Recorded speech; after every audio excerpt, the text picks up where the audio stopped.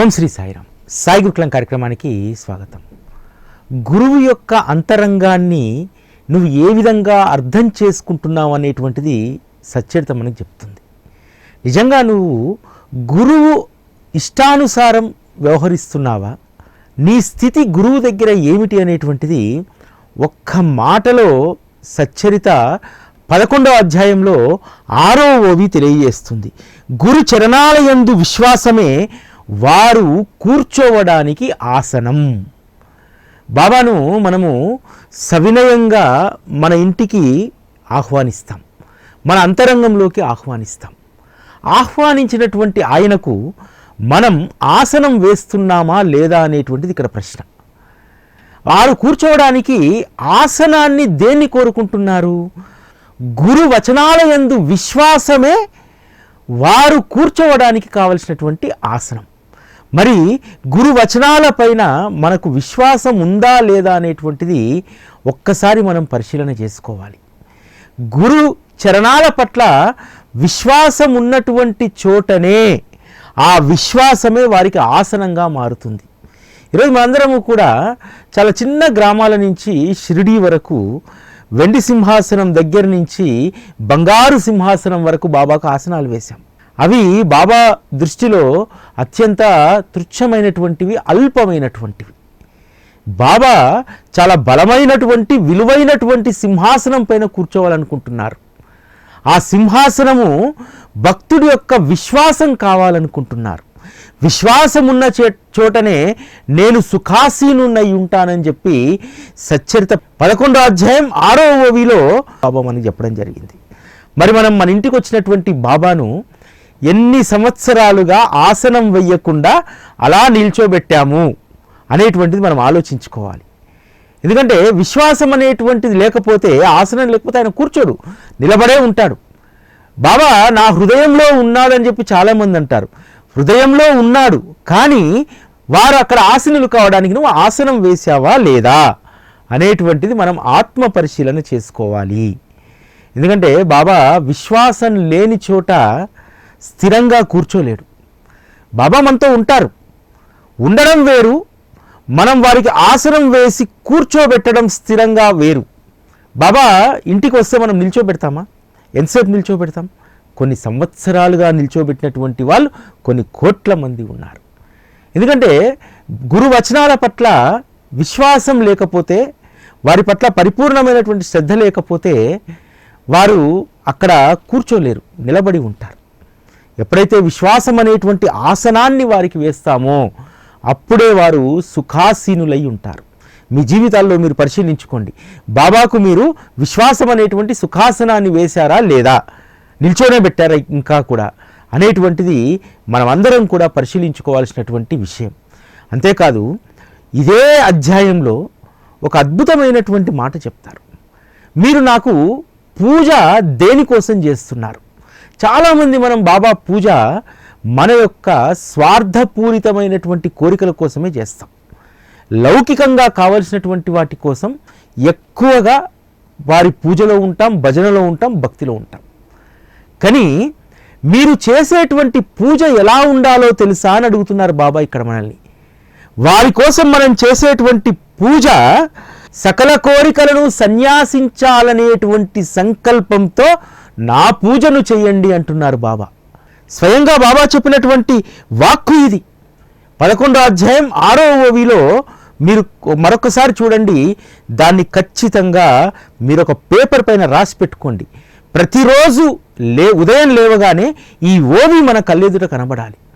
గురు చరణాలయందు విశ్వాసమే వారికి ఆసనం, సకల కోరికలు సన్యసించాలనేటువంటి సంకల్పంతో పూజను చెయ్యండి అన్నారు బాబా. ఎంత గొప్ప వరం తెలుసా ఇది మనకు. మనకు తెలియకుండానే బాబా గొప్ప అనుగ్రహాలను మన పైన వర్షింపజేశారు. కానీ ఆ వర్షం పడకుండా మనము అహంకారం అనేటువంటి గొడుగును, ఛత్రాన్ని అడ్డు పెట్టుకొని ఉన్నాం. ఏం చెప్పారు ఇక్కడ బాబా? సకల కోరికలను సన్యసించాలనేటువంటి సంకల్పంతో నా పూజను చేయండి. ఇది చేస్తే ఏం జరుగుతుంది? బాబా పైన అచంచలమైనటువంటి విశ్వాసం కుదురుతుంది. మనకు కోరికలే లేనటువంటి స్థితికి వెళ్ళిన తర్వాత వారికి మనకు మధ్య ప్రేమ బంధం తప్ప మరొకటి ఉంటుందా? సమాజంలో ఒక మాట ఉంటుంది. ఈరోజు ఉన్నటువంటి సమాజంలో అన్ని సంబంధాలు కూడా ఆర్థిక సంబంధాలే అంటారు. ఆర్థిక సంబంధాలు లేనటువంటి బంధాలు ఈ ప్రపంచంలో ఈరోజు లేవు. బాబాతో కూడా మనము లావాదేవీలతో కూడినటువంటి బంధాన్ని కొనసాగిస్తే బాబాను చేరి ఏమి ప్రయోజనం అనేటువంటి విషయాన్ని మనందరం ఆలోచించుకోవాలి. బాబాతో ప్రేమ బంధం ఉందనుకోండి, ఆ ప్రేమ బంధాన్ని పెంపొందించుకుంటే, అంటే కోరికలు లేనటువంటి స్థితికి వెళ్ళి బాబా నేను నా కోరికలను సన్యసించేటువంటి గొప్ప స్థితిని నాకివ్వు, అలా బాబాను అడిగినప్పుడు బాబా మనకు కోరికలు లేని స్థితి ఇచ్చినప్పుడు ప్రేమ బంధం ఏర్పడుతుంది. ఈ ప్రేమ బంధం వల్ల మనం ఎంత లబ్ధి పొందుతాం తెలుసా? బాబా మన ప్రేమకు మురిసిపోయి మనం అడగకున్నా మన జీవితంలో రావాల్సినటువంటి దానికంటే కూడా అధికంగా వారిస్తారు. తండ్రి పరిస్థితి తెలిసినటువంటి బిడ్డ ఒక్క పెన్సిల్ జాలే నాన్న అని అంటుంది. సరే వచ్చేటప్పుడు పెన్సిల్ కొనుక్కొస్తా అంటాడు. కానీ బిడ్డ ఒక్క పెన్సిలే చాలన్నది నన్ను ఎప్పుడూ కూడా ఏది అధికంగా అడగదు. ఈరోజు నేను ఆటోలో రావడం మానేసి బస్సులో వస్తాను, లేకపోతే మెయిన్ రోడ్ నుంచి ఇంటికి నడుచుకుంటూ వస్తాను. ఆ మిగిలినటువంటి ఆ 10 రూపాయలతోటి మరొక 2 పెన్సిళ్ళు నేను నా బిడ్డకి ఇవ్వాలి అనేటువంటి తపన తండ్రికి ఎలా ఉంటుందో బాబాకు కూడా అలానే ఉంటుంది. అరే నా బిడ్డ ఏమీ కోరట్లేదే, నేను ఇచ్చినటువంటి దాంతో తృప్తిగా ఉంది, ఈసారి ఏదన్నా గొప్పగా నేను అనుగ్రహించాలి అని చెప్పి బాబా ఖచ్చితంగా యోచిస్తారు. అందుకు నిదర్శనం కూడా ఉంది బాబా వారి ప్రస్థానంలో. చంద్రాబాయి బోర్కరు తన జీవిత పర్యంతంలో ఏమీ కోరదు, కానీ ఆమెకు వయసు పైబడ్డ తర్వాత బాబా మహాసమాధి తర్వాత ఆవిడకు సంతానాన్ని బాబా అనుగ్రహిస్తారు. నిజంగా ఆ సమయంలో సంతానం కలగడం అనేటువంటిది చాలా అసంభవమైనటువంటి సందర్భం. కానీ ఆ వయస్సులో కూడా 50 ఏళ్ళ పైబడ్డటువంటి చంద్రాబాయికి పండంటి కొడుకును బాబా అనుగ్రహించారు కదా. ఇది ఎలా సాధ్యమైంది? బాబాకు చంద్రాబాయికి ఉన్నటువంటి ప్రేమ బంధం వల్ల. ఈ ప్రేమ బంధం కోరికలు లేనటువంటి స్థితికి వెళ్ళినటువంటి వారికి ఆ అనుబంధం కలుగుతుంది. బాబా మన ప్రేమలో తడిసి ముద్దయిపోతాడు. అందువల్ల కోరికలు సన్యసించే సంకల్పంతో వారి పూజ చేయాలట. ఈరోజు బాబాకు మనం అనేక రకాలైనటువంటి పూజలు చేస్తాం. సత్యవ్రతం చేసుకున్నాం మొన్న, ఆ తర్వాత గురు పౌర్ణమి పూజలు చేసుకున్నాం. ఇవన్నీ పూజలు కూడా దాదాపు 90% మంది మనము ఏదో ఒక కోరికతో పూజలో పాల్గొంటున్నటువంటి వాళ్ళమే. బాబా ఏమో ఇక్కడ సకల కోరికలను సన్యసించాలనేటువంటి సంకల్పంతో పూజ చేయమంటున్నారు. మరి బాబా అంతరంగాన్ని మనం అర్థం చేసుకున్నామా? ఇన్ని రోజులు చాలా కష్టం బాబా అంతరంగాన్ని అర్థం చేసుకోవడం. ఇన్ని రోజులుగా బాబా అంతరంగాన్ని అర్థం చేసుకుంటున్నామా? అర్థం చేసుకుంటే మరి సకల కోరికలను సన్యసించే విధంగా నాకు నీ కృపను చూపు బాబా అని చెప్పి ఎందుకు పూజ చేయలేకపోతున్నాం? సచ్చరితలో భక్తుడి యొక్క భక్తిని హెచ్చింపజేయడానికి, అతనికి ఒక తృప్తికరమైనటువంటి జీవితాన్ని ఇవ్వడానికి బాబా తన భక్తుడు తన వద్దకు వచ్చిన తర్వాత తను ఆశించేటువంటిది ఏమిటో తెలుసా? మొదటిది, తన భక్తుడు తృప్తిగా ఉండాలి, తృప్తిగా జీవించాలి. అటువంటి జీవితాన్ని భక్తుడికి అందించాలనుకుంటాడు. మరి అటువంటి జీవితాన్ని భక్తుడు పొందాలంటే బాబా యొక్క అంతరంగాన్ని అర్థం చేసుకోవాలి కదా. కాబట్టి బాబా అంతరంగంలో నువ్వు మొదట సకల కోరికలను సన్యసించేటువంటి కోరిక నన్ను కోరు అని అంటున్నారు. బాబా వద్దకు బాగా మంత్ర విద్య నేర్చుకున్నటువంటి ఒక మాంత్రికుడు వస్తాడు కదా. వస్తే బాబా ఒకే మాట చెప్తాడు, ఆ చేతులకు ఏళ్లకు ఉన్నటువంటి ఆ తాయితలను అవన్నింటినీ ఆ వ్యభిచారులను తీసి గంగలో పడేసిరా అంటారు. అంటే యంత్రం తంత్రం ఇవన్నీ కూడా నా వద్ద ఏమీ పనిచేయవు, వాటితో అవసరమే లేదు. మన ఇద్దరి యొక్క పరస్పర ప్రేమనే గొప్ప శక్తి, అదే నీ జీవితాన్ని ముందుకు నడపడానికి, తరింపజేయడానికి అది మాత్రమే ఉపయోగపడుతుందని చెప్తారు. అదే విషయాన్ని బాబా ఇక్కడ ఎంత అద్భుతంగా చెప్తారంటే, ప్రతిమ, స్తందిల, అగ్ని, తేజస్సు, సూర్యమండలం, నీరు, ద్విజులు, ఈ 7 కంటే గురు మహారాజ్ గొప్పవారని అనన్యంగా పూజిద్దాం. నన్ను అనన్యంగా ఆ విధంగా పూజించు అయ్యా. ఈ పూజకులో ఉన్నటువంటి ఏదైతే తంతు ఉందో, పటం కానీ, అగ్ని కానీ, తేజస్సు కానీ, సూర్యమండలం కానీ, ఎందుకంటే మనం ఏ పూజ చేయాలన్నా ఇంట్లో గృహప్రవేశం దగ్గర నుంచి అన్ని వ్రతాలకు దానికి దీనికి సూర్యమండలాన్ని అక్కడ దింపుతాం, నవగ్రహాలను పెడతాం, అందరినీ పెట్టి పూజిస్తాం. ఇవన్నీ ఏమీ అవసరం లేదు నాయన, కేవలం గురు మహారాజు యొక్క కృప ఉంటే చాలు. వీటన్నింటికంటే కూడా గురు మహారాజే గొప్ప, వారిని అనన్యంగా పూజిద్దాం. అనన్య భక్తితో వారి చరణాలను ఆశ్రయిస్తే గురువే కాదు పరబ్రహ్మ కూడా కదిలి వస్తాడు. ఈ సత్యాన్ని మనందరం కూడా గుర్తుపెట్టుకోవాలి. ఒక్క గురువును ఆశ్రయిస్తే, ఒక్క గురువును విశ్వసిస్తే ఈ బ్రహ్మాండంలో ఉన్నటువంటి హరిహరులను, వారి అవతారాలను, పరబ్రహ్మను కూడా మనం ఆరాధించినట్టే అనేటువంటి సత్యాన్ని మీరు తెలుసుకోమని చెప్తున్నాడు. ఒక్క గురువును నమ్మితే, ఒక గురువు పట్ల నువ్వు అచంచల విశ్వాసంతో ఉంటే పరబ్రహ్మ కదిలి వస్తాడని చెప్తున్నారు బాబా. అంటే ఒక సద్గురువు యొక్క భక్తుడి కోసం, సద్గురువు పట్ల అనన్యమైనటువంటి భక్తి ఉన్నటువంటి వారి కోసం ఖచ్చితంగా పరబ్రహ్మ కదిలి వస్తాడు.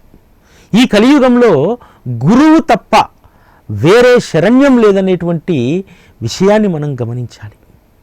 సమర్థ రామదాస్ శిష్యుడొకరు నాందేడ్ ప్రాంతంలో నివసిస్తూ ఉంటారు.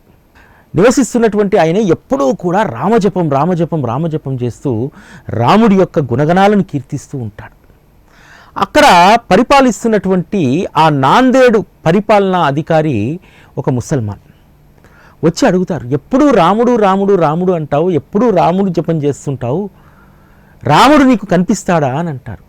ఖచ్చితంగా రాముడు నాకు నిత్యము దర్శనమిస్తాడు అని అంటారు. అయితే నువ్వు రాముడి దర్శనం నీకు నిత్యము కలుగుతుంది కదా, మరి నాకు రాముడి దర్శనం ఇప్పి అంటారు. రాముడి దర్శనం అంత ఈజీగా కాదు.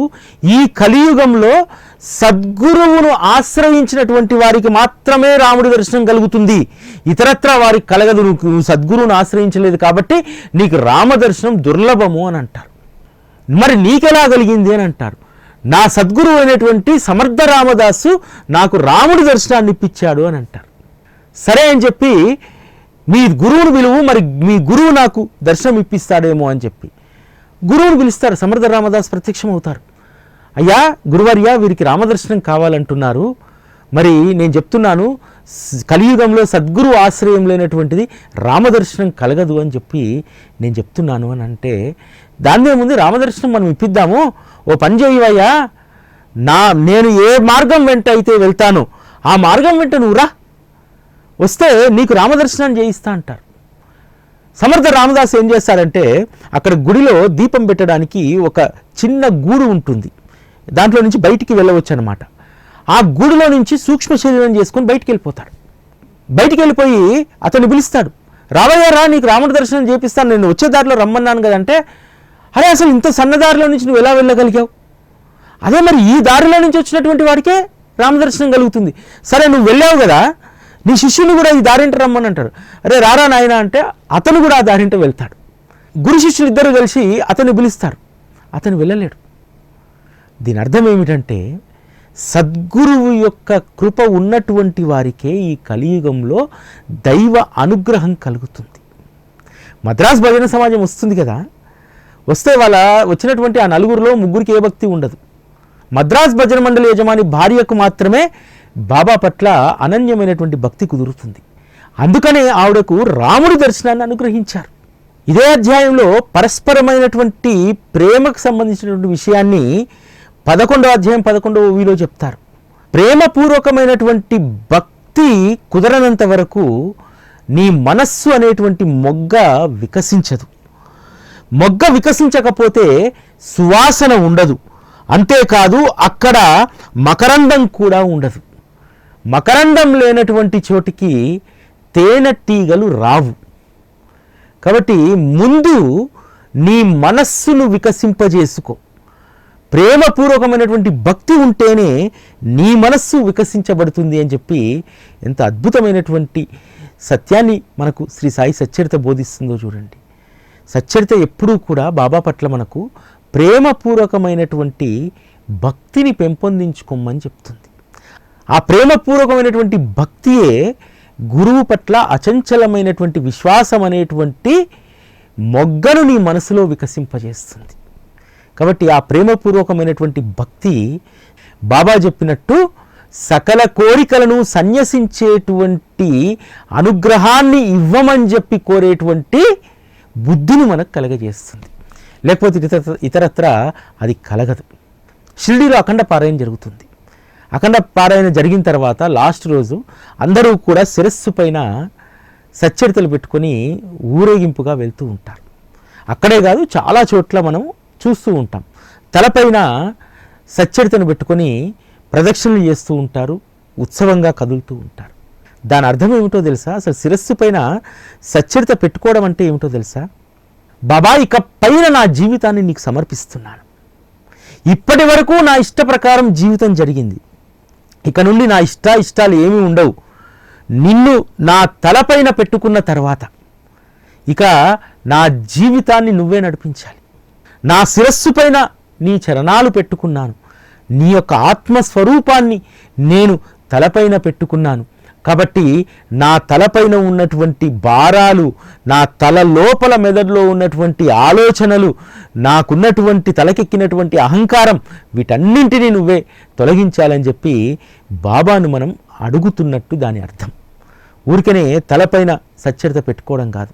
తలపైన సచ్చరిత పెట్టుకున్నటువంటి వారు జీవితాన్ని బాబాకు సమర్పించాలి. జీవితంలో వచ్చేటువంటి కష్టం, దుఃఖం, సుఖం నీ ఇచ్చ ప్రకారం అన్నింటినీ నేను సంతోషంగా భరిస్తానని చెప్పి బాబాకు ప్రమాణం అక్కడ మనం చేయాల్సి ఉంటుంది. అటువంటి వారి పట్ల బాబా యొక్క అంతరంగం ఎలా ఉంటుందో 37వ అధ్యాయంలో 93వ ఓవిని చూస్తే మనకు తెలుస్తుంది. నాకు అహర్నిశలు మీ చింతయే అని పలికిన బాబా యొక్క ప్రేమ వాణి ఎప్పటికీ మనం గుర్తుపెట్టుకోవాలట. మనకు జ్ఞాన కథలు అవసరం లేదు, సాయి యొక్క ఈ చరిత్ర చాలు. మన నెత్తిపైన ఎన్ని పాపాలు ఉన్నా సరే ఇది మనలను కష్టాల నుండి రక్షిస్తుంది. దీనిని నిత్యము పారాయణ చేయలేకపోతే ఇందులో ఉన్నటువంటి గురుభక్తికి సంబంధించినటువంటి అంశాలను నియమంగా మీరు పారాయణ చేయండి అని చెప్తున్నారు. బాబాకు అహర్నిశలు మన శ్రేయస్సు కోసమే వారు ఆలోచిస్తారట, మన కోసమే వారు చింతిస్తారట. అట్లా అని చెప్పి రోజు బాబా ముందు అగరబత్తిలు వెలిగించి బాబాకు నైవేద్యం పెట్టేటువంటి వారి గురించి చింతిస్తారా? ఇక్కడ కూడా ఒక క్లారిటీ ఉంది. ఎవరి గురించి చింతిస్తారు? నిత్యము వారి కథలను, వారి చరిత్రను శ్రవణం చేసేటువంటి వారి గురించి ఎప్పుడూ బాబా చింతిస్తూ ఉంటారు.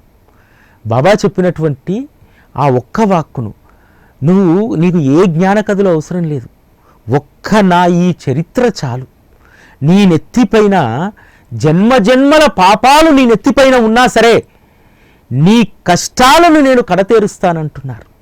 ఈరోజు మనందరం కూడా ఎన్నో జన్మల పాపాలను మన తలపైన మోసుకొని వస్తాం. అవి ఉన్నా సరే నేను నిన్ను సమస్యల నుంచి బయటపడేస్తా అంటున్నారు. బాబా భక్తులుగా ఇటువంటి అనుభవాలు మనం అనేకం చూసుంటాం. మనకు కొన్ని అర్హత లేకపోయినా సరే బాబా మనకు కొన్ని అవకాశాలు ఇస్తాడు. మనకు యోగ్యత లేకపోయినా సరే, కర్మలో అడ్డుపడుతున్నా సరే నీ కష్టాన్ని బాబా అత్యంత వేగవంతంగా తీసి బయటపడేస్తారు. ఎందుకోసం? నీ పైన ఎందుకు ఈ ప్రత్యేకమైనటువంటి ప్రేమ? నా వాడెప్పుడు నా కథలను, నా చరిత్రను మననం చేస్తూ ఉంటాడు, శ్రవణం చేస్తూ ఉంటాడు. బాబా ప్రేమను ఎలా జయించాలంటే సాయి కథలను నిత్యం స్మరణ చేసుకొని బాబా ప్రేమను జయించాలి. ఇక్కడ అదే చెప్తున్నారు కదా, అయ్యా నిత్య నియమంగా నువ్వు ఇది చదవలేకపోయినా బిడ్డ, కనీసం నా వాక్కులను చదువుకో. గురుభక్తికి సంబంధించినటువంటి వాటిని మరలా ఆ అధ్యాయాలను కానీ ఆ సందర్భాన్ని కానీ మరలా మననం చేసుకోనైనా ఇది ఒక్కటి చాలు. నువ్వు నిత్య నియమంగా పారాయణ చేయట్లేదని చెప్పి నేను బాధపడను, కానీ ఈ ఒక్క పని చెయ్యి. గురు మహిమకు సంబంధించినటువంటి దాన్ని ఒక్క ప్రకరణాన్నైనా చదువు అని అంటున్నారు. ప్రతిరోజు ఏదో ఒక సమయంలో ఈ సచ్చరితను పారాయణ చేసేటువంటి వారికి గురు మహారాజుతో పాటు శ్రీహరి తప్పక లభిస్తాడు. ఎంత గొప్ప సౌభాగ్యాన్ని శ్రీ సాయి సచ్చరిత ఇస్తుందో చూడండి. నిత్య నియమంగా పారాయణ చేసేటువంటి వారికి గురువుతో సహా శ్రీహరి ప్రకటితమవుతాడు.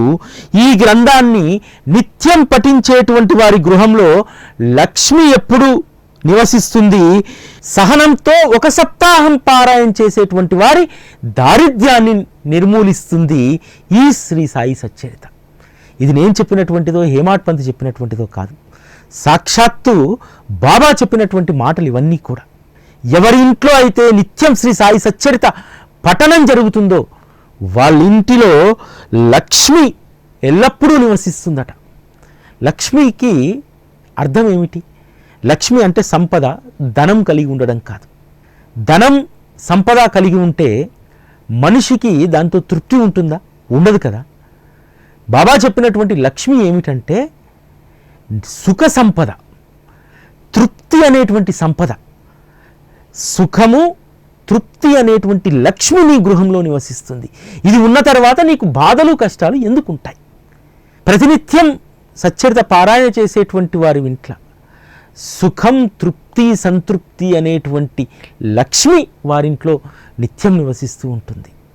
1 సప్తాహం చేయండి. చేస్తే దారిద్ర్యం నిర్మూలన జరుగుతుంది. మీ దరిద్రాలన్నీ కూడా తొలగిపోతాయి అని చెప్తున్నారు. ఈ విషయాలన్నీ చెప్పి హేమాడ్ పంత్ ఏమంటారో తెలుసా? దీనిని నేను చెప్తున్నట్లుగా భావించకండి. దీనివల్ల మనసులో అనేక సందేహాలు మీలో ఉత్పన్నమవుతాయి. సాయియే నా నోటితో చెప్పిస్తూ ఉన్నారు కనుక అనవసరమైనటువంటి ఆలోచనలు మానేయండి. సచ్చరిత ఎంత గొప్ప సమాధానం మనకి ఇక్కడ చెప్తుంది కదా. ఏం చేస్తుంది నీ జీవితానికి సచ్చరిత? సచ్చరిత పారాయణ చేస్తే బాబా నీ పట్ల చింతన చేస్తారు. అనునిత్యం నీ చింతనలో వారు ఉంటారు. నువ్వు చరిత్రను పారాయణ చేస్తే నీ చింతనలో వారు ఉంటారు. అంత అద్భుతమైనటువంటిది శ్రీ సాయి సచ్చరిత. శ్రీ సాయి సచ్చరిత పఠించేటువంటి వాళ్ళు అనుభవించేటువంటి సుఖం ప్రపంచంలో ఇంకెవరూ కూడా అనుభవించలేరు. సచ్చరిత ఇచ్చేటువంటి సుఖం ప్రపంచంలో ఏ ప్రాంతము, ఏ వస్తువు, ఏది ఇవ్వలేదు. అందుకనే 8 ఏళ్ల క్రితం నేను రాసుకున్నటువంటి పాట, ఇది సుఖమనే నిధి, మోక్షానికి మిఠాయి, జ్ఞానానికి ఘని, రుణబంధాలకిది రుజువు, విశ్వాసానికిది ప్రతీక. ఇవన్నీ కూడా సచ్చరిత మనకిస్తుంది. సుఖం అనేటువంటి నిధిని ఇస్తుంది. ఆ నిధిని ఎవ్వడూ దోసుకెళ్ళలేడు. మోక్షం అనేటువంటి మిఠాయిని మనకు తినిపిస్తుంది. అంతేకాదు రుణబంధాలకు రుజువును చూపెడుతుంది. బాబాకు నీకున్నటువంటి రుణానుబంధం ఏంది, అసలు నువ్వు ఎందుకు వచ్చావు, ఎందుకు బాబాకు నీ పట్ల ఇంత ప్రేమ అనేటువంటి రుణానుబంధాన్ని రుజువు చేస్తుంది. విశ్వాసానికి ఇది ప్రతీక. విశ్వాసానికి సచ్చరితకు మించినటువంటి ప్రతీక ప్రపంచంలో ఇంకొకటి లేదు అనేటువంటి దాన్ని రుజువు చేస్తుంది శ్రీ సాయి సచ్చరిత. అంత గొప్పది శ్రీ సాయి సచ్చరిత. హేమాడ్ పంత్ ఇక్కడ అద్భుతంగా రాస్తారు. వారు రాసిన దానికంటే కూడా బాబా చెప్పారని చెప్పి మనం భావించాలి. సాయి యొక్క కథలు భక్తులకు కైవల్యాన్ని ప్రసాదిస్తాయి. కలియుగంలో పాపాలను నశింపచేసేటువంటి వారి కథలను శ్రోతలు శ్రవణం చేయండి. ఇటువంటి సత్పురుషుల చరిత్ర యందు స్వర్గ సుఖమే పాటిది. అందుకనే నేను రాసుకున్నాను, ఇది సుఖమనే నిధి. స్వర్గ సుఖం కూడా పనిచేయదట. ఈ సత్పురుషుని చరిత్ర పారాయణ ముందు స్వర్గ సుఖం ఏపాటిది అని చెప్పి అడుగుతున్నారు. తక్షణం ఫలితాన్ని ఇచ్చేటువంటి ఈ సచ్చరితను వదిలి స్వర్గం వైపు ఎవరు వెళ్తారు? స్వర్గానికి వెళ్ళాలంటే ఎంత కష్టపడాలి తెలుసా? అనేక పుణ్యకార్యాలు చేయాలంటాడు, రకరకాలైనటువంటి యాగాలు, యోగాలు ఇవన్నీ కూడా చేయాలి. అది ఎప్పుడో మనం గతించిన తర్వాత ప్రసాదించేటువంటిది. అప్పుడు స్వర్గం ఉంటే ఏమిటి, లేకపోతే ఏమిటి? ఇప్పుడే తక్షణం స్వర్గ సుఖాన్ని చేసేటువంటి సచ్చరిత అత్యంత విలువైంది కదా, అత్యంత గొప్పది కదా. అలాంటి సుఖం అనేటువంటి నిధి మనకు లభించింది. నీకు ముందే మిఠాయి ఇచ్చి మోక్షానికి మార్గాన్ని చూపెడుతున్నారు. విశ్వాసానికి ప్రతీకగా నా ఈ ఆత్మస్వరూపం నీతో ఉంటుందని చెప్పి బాబా చెప్తున్నారు. సచ్చరిత వైభవం గురించి మాట్లాడుకుంటూ ఉంటే సమయం సరిపోదు. మరిన్ని అద్భుతమైనటువంటి విషయాలు రేపటి కార్యక్రమంలో మాట్లాడుకుందాం. అప్పటి వరకు సెలవు. నమస్కారం. సాయి గురుకులం సత్సంగ మందిర భూదాన సేవ భవిష్యత్ తరానికి సాయి అమృత ధారను అందించే సాయి గురుకులం సాయి సత్సంగ మందిర నిర్మాణం 10 సంవత్సరాలుగా సాయి తత్వాన్ని మృదు మధురంగా భక్తలోకానికి అందిస్తున్న సాయి టీవీ తలపెట్టిన మరో మహాకార్యం. ప్రపంచంలోనే తొలి సాయి పాఠశాల సాయి గురుకులం భూదాన సేవలో భాగస్వాములై భవిష్యత్ తరానికి సాయి ప్రేమను అందించండి. భూదాన సేవా దక్షిణ 1 చదరపు గజానికి 35,000, అరగజానికి 17,500, 3 చదరపు అడుగులకు 11,000 దక్షిణ చెల్లించి భవిష్యత్ సాయి ప్రపంచ నిర్మాణంలో భాగస్వాములవ్వండి. మీ ప్రేమపూర్వక దక్షిణను ఆన్లైన్ ద్వారా 9010084299 లేదా 9848614440 నెంబర్లలో సమర్పించండి. వివరాల కోసం సాయి గురుకులం సాయి టీవీ హైదరాబాద్ 9010084299 లేదా 9848614440 నెంబర్లలో సంప్రదించండి.